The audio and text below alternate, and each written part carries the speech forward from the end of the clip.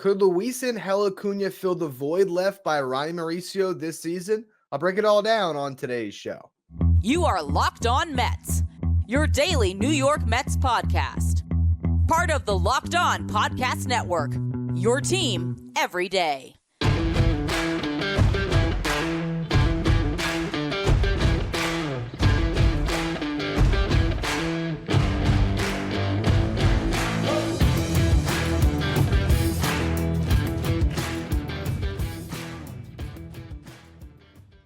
Hello to all you amazing Mets fans. You're watching Locked On Mets, part of the Locked On Podcast Network, your team every day.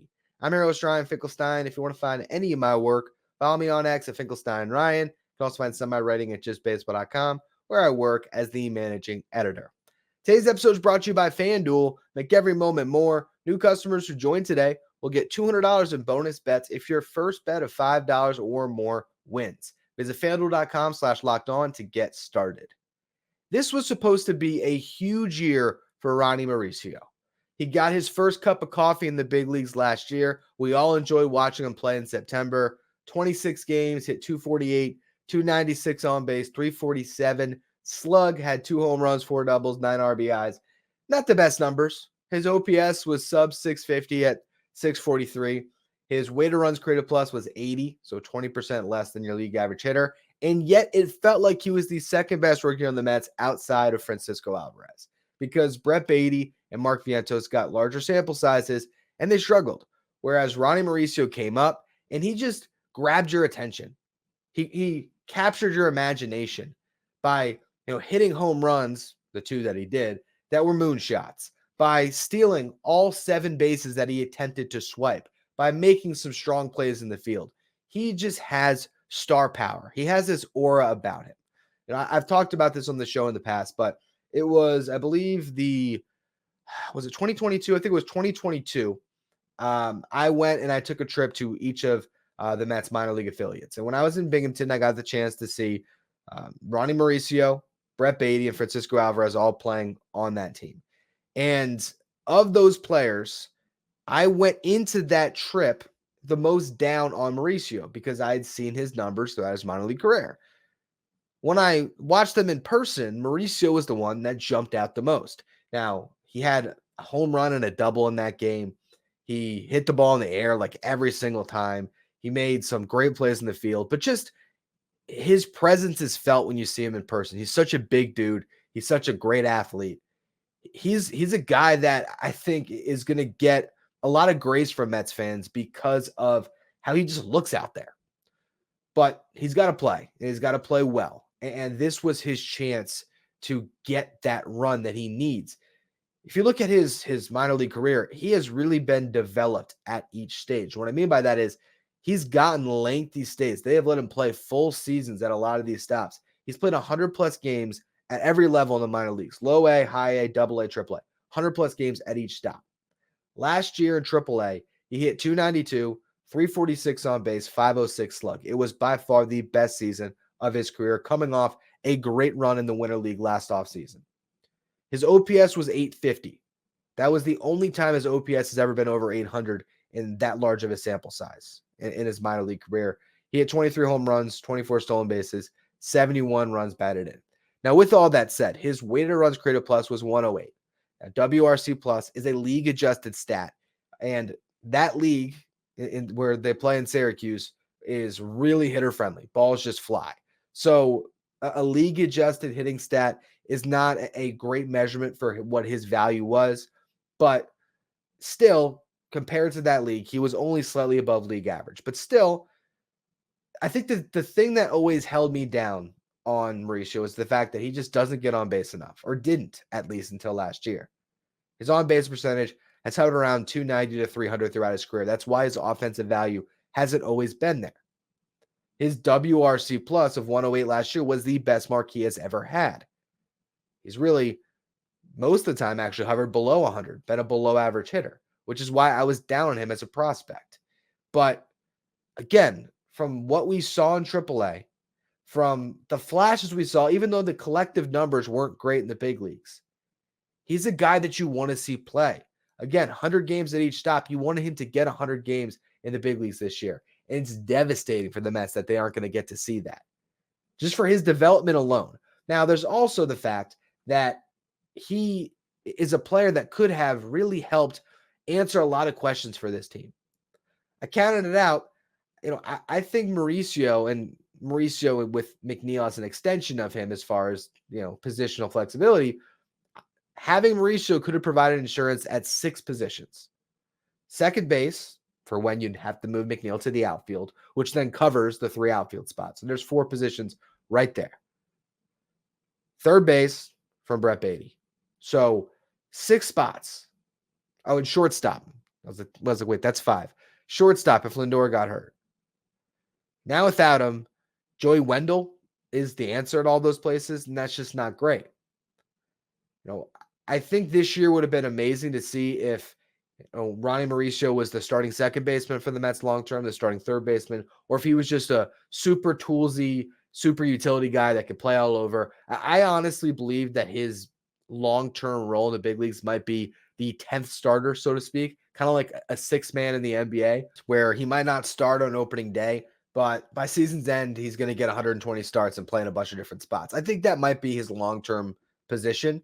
But this was a chance to, rise above that and maybe grab a starting spot at third base potentially. And now that can't happen. So the question is, can Luisangel Acuña serve a similar function on this roster at some point?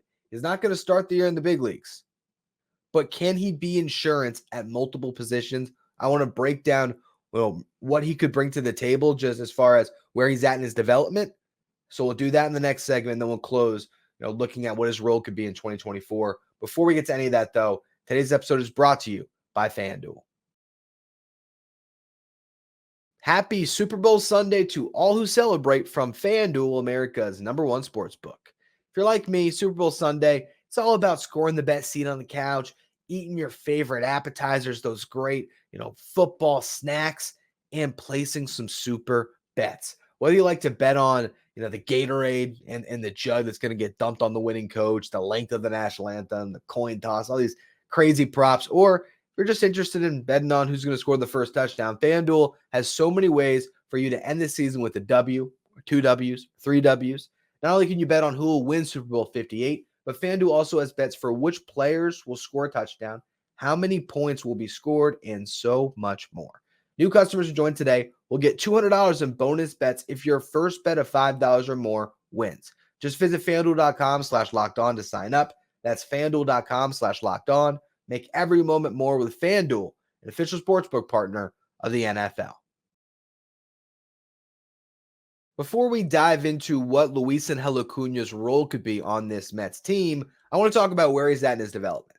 So, when the Mets make the trade last year at the deadline, sending Max Scherzer and a boatload of cash to the Texas Rangers for Luisangel Acuña, he was on a tear in Double-A. He was hitting .315, getting on base at a .377 clip, slugging at a .453 clip.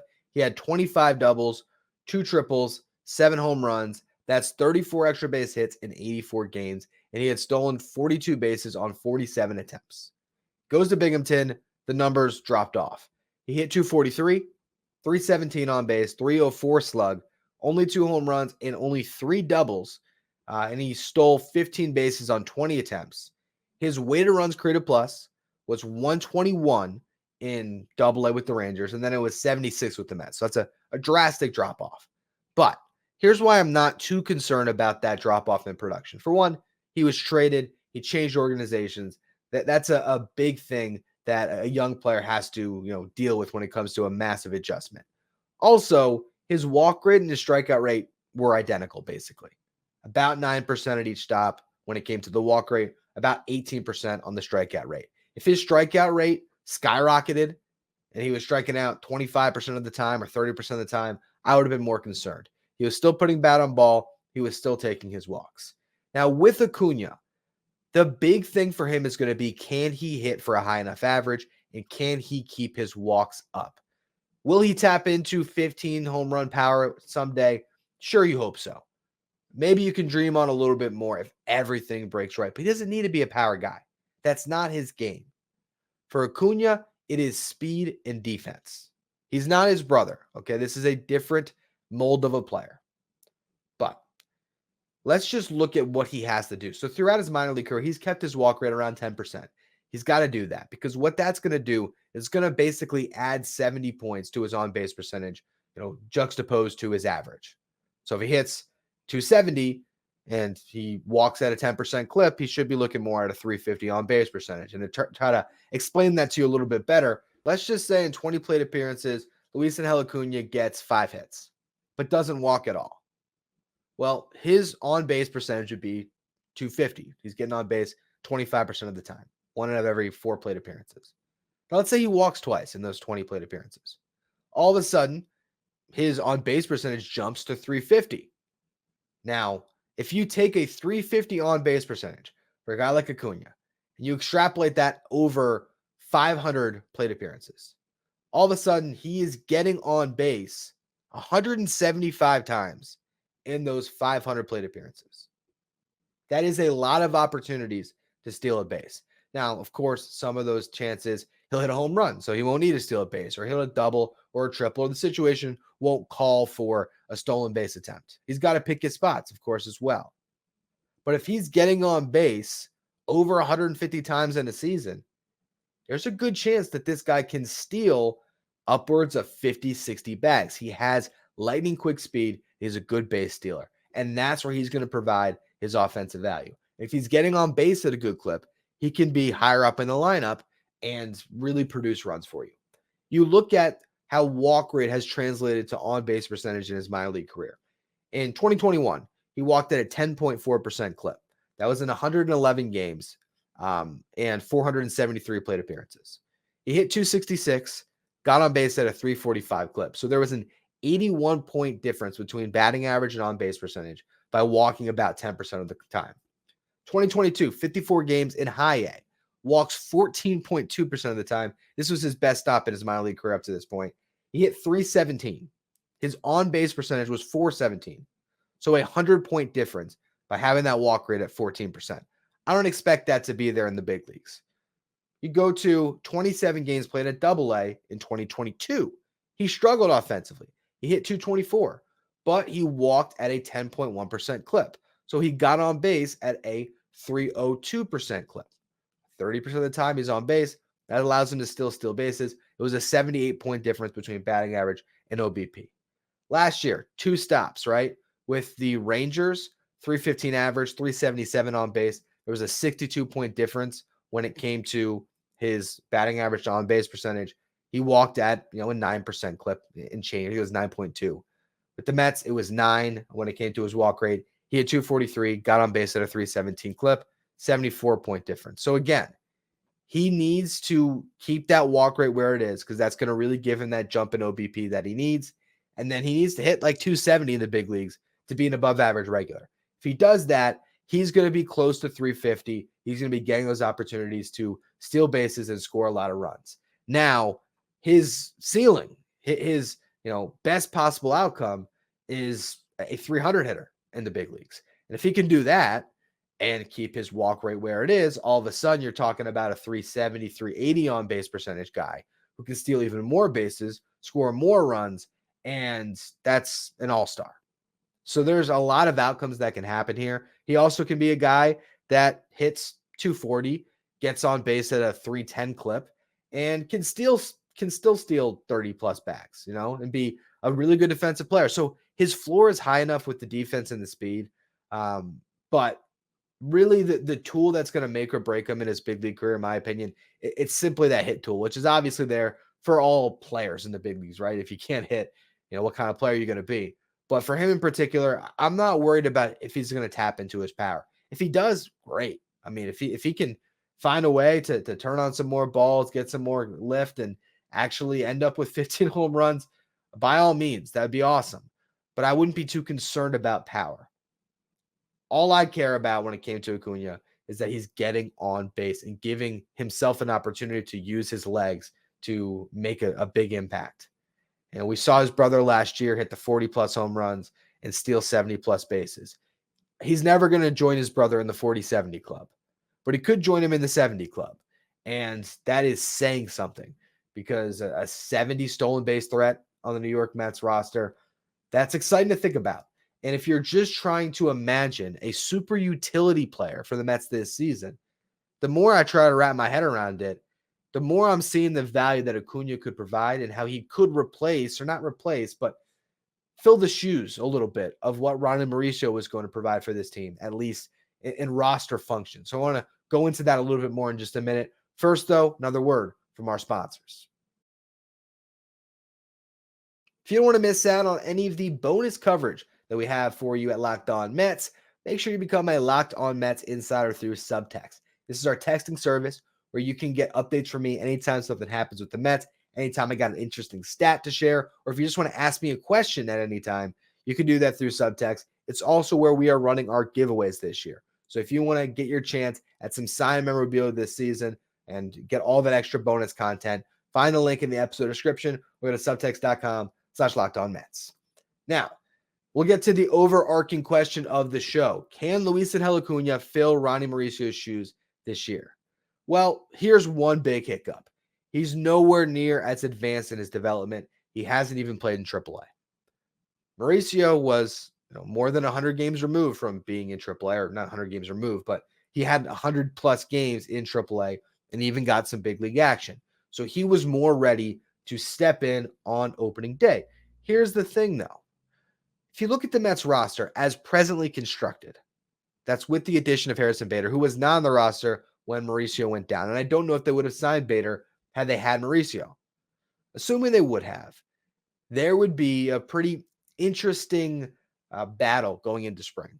Because if you count out all the position players under contract, and of course, the top prospects from last year that debuted, your Beatties, Vientos, Mauricio, Alvarez, all that stuff, with Wendell and Bader and Tyrone Taylor that were added this offseason, you'd be looking at a group of 14 position players. You need 13 likely on your opening day roster. So it would have come down to Mark Vientos, DJ Stewart, to some respects Tyrone Taylor, but I don't believe he has any options. And then, of course, Ronny Mauricio. Really, I think it would have ended up, because of the different positions that Mauricio can play, unless Vientos and Stewart just hit at an extremely high rate, because they can option Stewart, I imagine it would have been Stewart that went down or Vientos. And Mauricio would have been right there on opening day. Now, they really don't have any position battle. I mean, this roster is pretty much status quo going into opening day, barring injury, which is also why they're maybe holding off on signing a DH, because if they did, well, somebody would have to go down. Now, if they got one of those DHs and they had to put down DJ Stewart, that would be totally fine for this Mets team. But that's just looking at the opening day outlook. But the insurance that Mauricio provided in all those positions, Acuña can do that.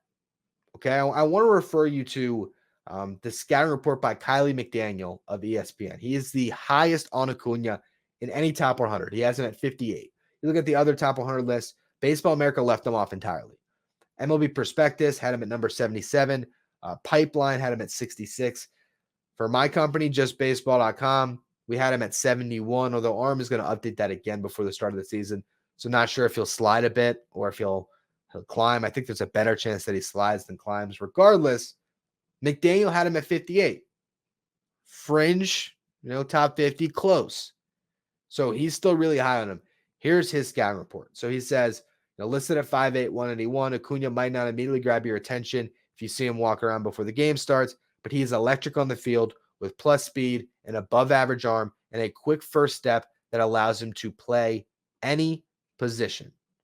Talks about his plus bat speed, similar swing to his brother, Ronald Acuña Jr., solid average raw power, but he, not really going to tap into that in games that much, or hasn't so far. He says that he's one of the most exciting hitters to watch. His swing and chase rates are a bit higher than average, but he appears to be more out of control than he actually is because of the effort he puts into a swing.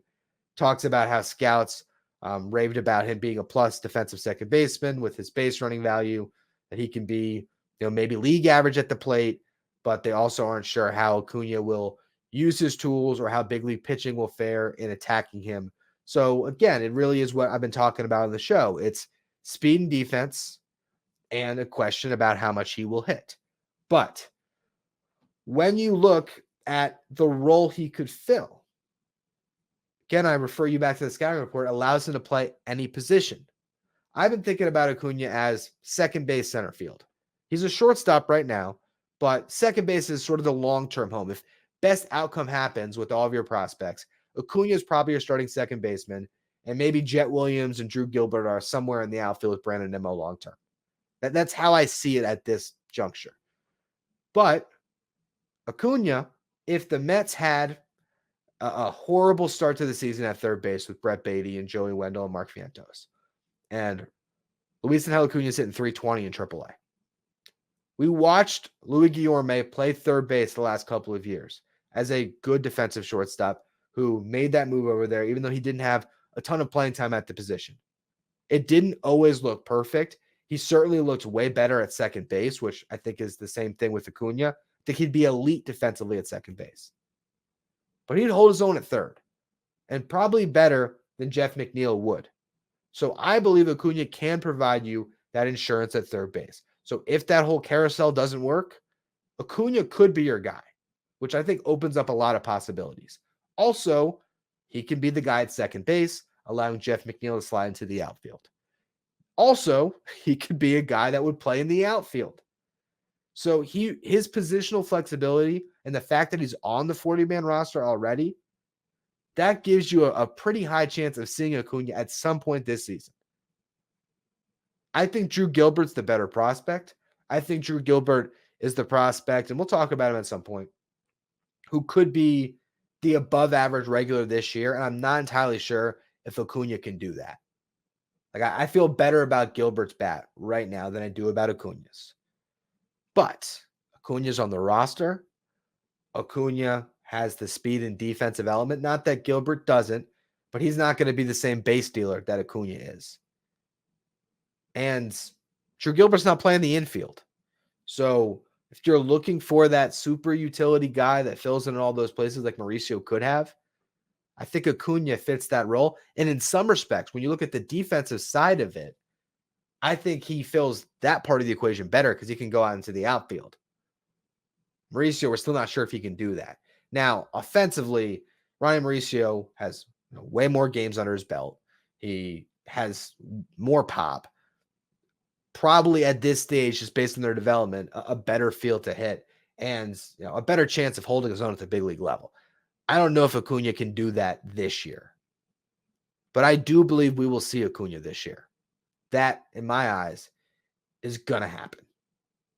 So we'll see how he takes advantage of that opportunity if and when it presents himself. Anyway, that's going to be all for today's edition of Locked On Mets. I really appreciate everyone who tuned into the show today. If you're listening on the audio side of things, make sure you follow, rate, and review wherever you get your podcast. If you're watching on YouTube, hit that subscribe button. We're trying to get to 8,000 subs by opening day. So do appreciate all of you who have been hitting that subscribe. If you want to follow me on Twitter or X, you can do so at Finkelstein Ryan. Follow the show at Locked On Mets. And that you made it to the end of the show. If you're watching on YouTube, head over to Locked On Sports Today, the first ever 24/7 streaming channel covering everything in the world of sports with our local experts from each team and our league-wide experts from each league. You can find Locked On Sports Today streaming 24/7 on YouTube.